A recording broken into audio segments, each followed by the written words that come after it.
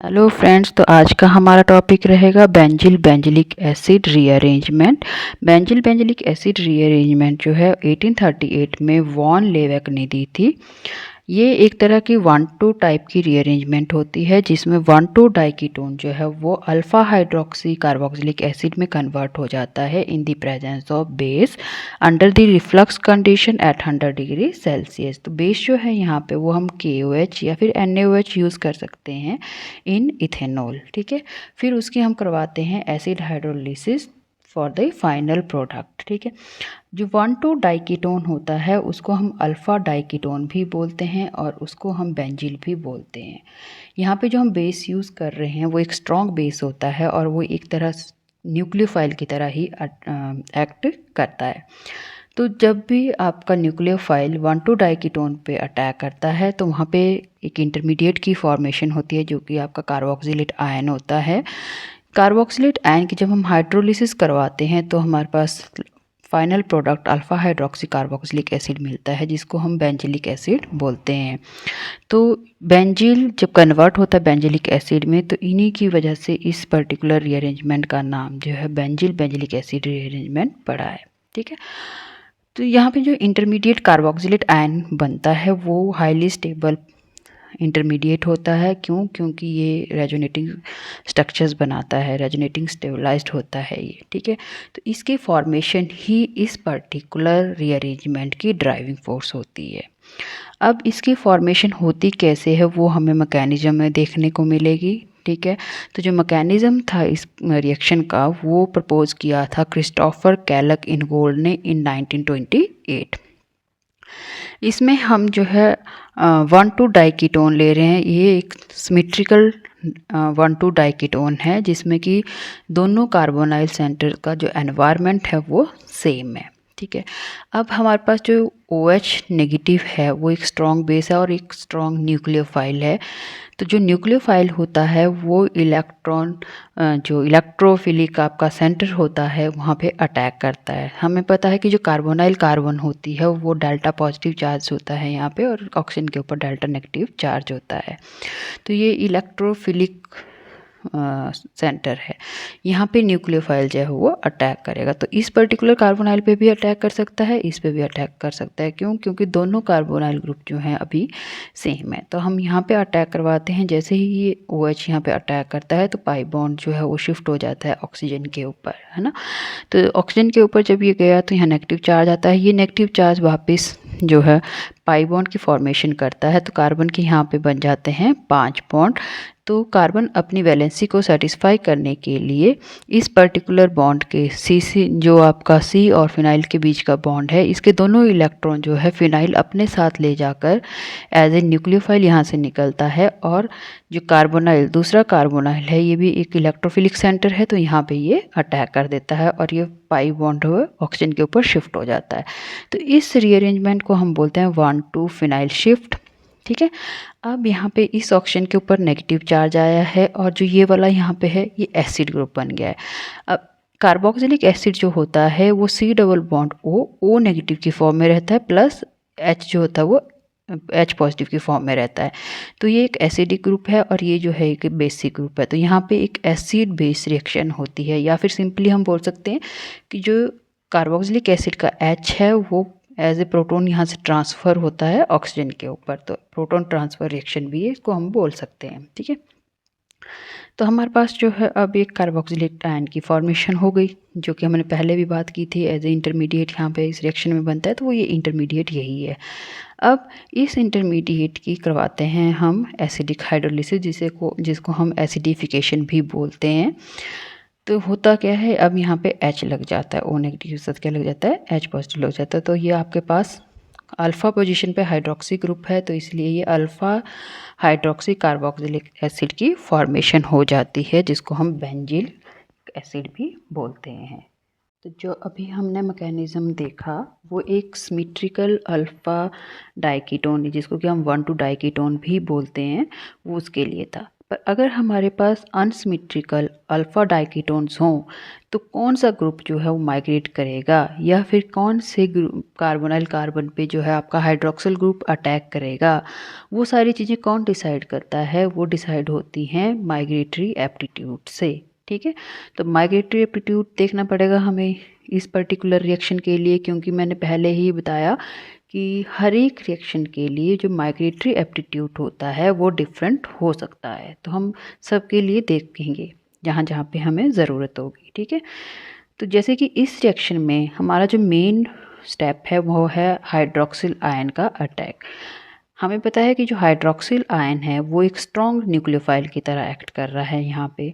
तो अगर वो स्ट्रॉन्ग न्यूक्लियोफाइल है तो वो एक ऐसे कार्बन एटम पे अटैक करेगा जो कि हाईली इलेक्ट्रॉन डेफिशिएंट होगा। तो हाईली इलेक्ट्रॉन डेफिशिएंट कार्बन कौन सा होगा?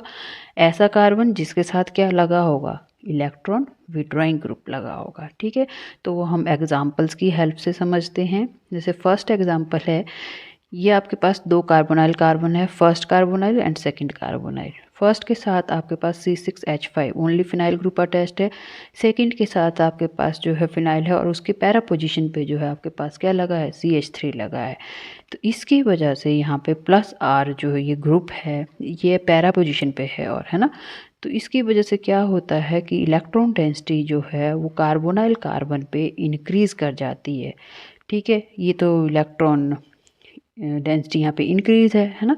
और जो ये वाली कार्बन है इसके साथ सिंपल आपके पास C6H5 था, यहाँ पे कोई भी R ग्रुप नहीं है पैरा पोजीशन पे, तो इलेक्ट्रॉन डेंसिटी जो आपके कार्बोनाइल की पहले थी वही रहेगी, कोई चेंज नहीं होगा इलेक्ट्रॉन डेंसिटी पे। बट इसकी जो इलेक्ट्रॉन डेंसिटी है वो इसके कंपैरिजन में कम है। क्यों? क्योंकि यहाँ तो बड़ी है ना इलेक्ट्रॉन डेंसिटी, तो इसकी इलेक्ट्रॉन डेंसिटी कम है। इट मीन ये जो है वो ज़्यादा इलेक्ट्रॉन डेफिशिएंट है। तो ऑक्सी जो हाइड्रोक्सिल ग्रुप है वो इस वाली कार्बन पे, फर्स्ट कार्बन पे जो है वो अटैक करेगा। तो जहाँ पे वो हाइड्रोक्सिल ग्रुप अटैक करता है उसका ग्रुप जो है वो माइग्रेट करके सेकंड ग्रुप कार्बन पे जाता है। ठीक है, तो यहाँ से C6H5 जो है वो माइग्रेट करेगा और यहाँ पे आपके पास बन जाएगा कार्बोक्सिलेट आयन, देन एसिडिफिकेशन होगी तो क्या बन जाएगा? ये कार्बोक्सिलिक एसिड बन जाएगा। ठीक है, तो जैसे ही इस कार्बन पे OH का अटैक होता है तो आपका जो ये A ग्रुप है ये माइग्रेट कर करके सेकंड वाली कार्बन पे चला जाता है और उसके बाद एसिडिक हाइड्रोलिसिस से आपके पास ये कार्बोक्सिलिक एसिड ग्रुप बन जाता है। ठीक है, तो हम बोल सकते हैं कि आपके पास जब भी माइग्रेशन होनी है तो उस वाले कार्बोनाइल कार्बन से ग्रुप माइग्रेट करेगा जो कि ज़्यादा इलेक्ट्रॉन डेफिशिएंट होगा या जिसके साथ इलेक्ट्रॉन विड्रॉइंग ग्रुप लगे होंगे। ठीक है, तो अब हम कुछ फीचर्स देख लेते हैं इस रिएक्शन के कि इस रिएक्शन के क्या क्या स्पेशल फीचर्स हैं, कहाँ कहाँ ये रिएक्शन हो सकती है और कहाँ ये रिएक्शन नहीं हो सकती। तो फर्स्ट फीचर है कि जो ये रीअरेंजमेंट है ये अच्छे से काम करती है उन सिस्टम्स के लिए जिनके पास क्या है, कोई भी अल्फ़ा हाइड्रोजन प्रेजेंट नहीं होता है। क्यों होता है ऐसा? अब सपोज करो कि हमारे पास ये वाला कंपाउंड है, यहाँ पे तो देखो इस कार्बन जो ये कार्बोनाइल कार्बन है इसके अल्फ़ा पोजीशन पे अल्फ़ा हाइड्रोजन प्रेजेंट है। तो जब भी हमारे पास अल्फ़ा हाइड्रोजन प्रेजेंट होगी तो जो OH है वो एक स्ट्रॉन्ग न्यूक्लियोफाइल है या बेस है, स्ट्रॉन्ग बेस है। तो वो क्या करता है? अल्फ़ा हाइड्रोजन को एब्स्ट्रैक्ट कर लेता है जिसकी वजह से यहाँ पे इनोलेट आयन की फॉर्मेशन होती है। और अगर यहाँ पे इनोलेट आयन बन गया तो वो बेंजिलिक एसिड रीअरेंजमेंट तो नहीं देगा। तो वो कौन सी रीअरेंजमेंट देता है? वो या तो एल्डोल कंडेंसेशन दे देगा या फिर कोलेजन रिएक्शन दे देगा। ठीक है, और क्या हो सकता है कि जो आपका यहाँ पे अल्फ़ा पोजीशन पे क्या है, फिनाइल ग्रुप प्रेजेंट है। तो फिनाइल ग्रुप प्रेजेंट होने की वजह से यहाँ पे कैनिज़ारो रिएक्शन होने की भी पॉसिबिलिटी रहती है। तो क्या रहा है, जब इस रिएक्शन की हम बेंजिलिक एसिड रिएक्शन करवाना चाहेंगे तो वहाँ पे हमें साइड रिएक्शंस भी देखने को मिलती है जिससे कि साइड प्रोडक्ट्स की फॉर्मेशन होती है। तो जो हमारा मेन प्रोडक्ट था उसकी क्या हो जाती है? यील्ड कम हो जाती है। ठीक है, तो इसलिए हमारे पास ऐसा सिस्टम नहीं होना चाहिए जहाँ पे कि अल्फ़ा हाइड्रोजन प्रेजेंट हो। ठीक है, नेक्स्ट बोलता है कि जो ये रिएक्शन है वो एक इंट्रामॉलिक्यूलर डिसप्रोपोर्शनेशन रिएक्शन है।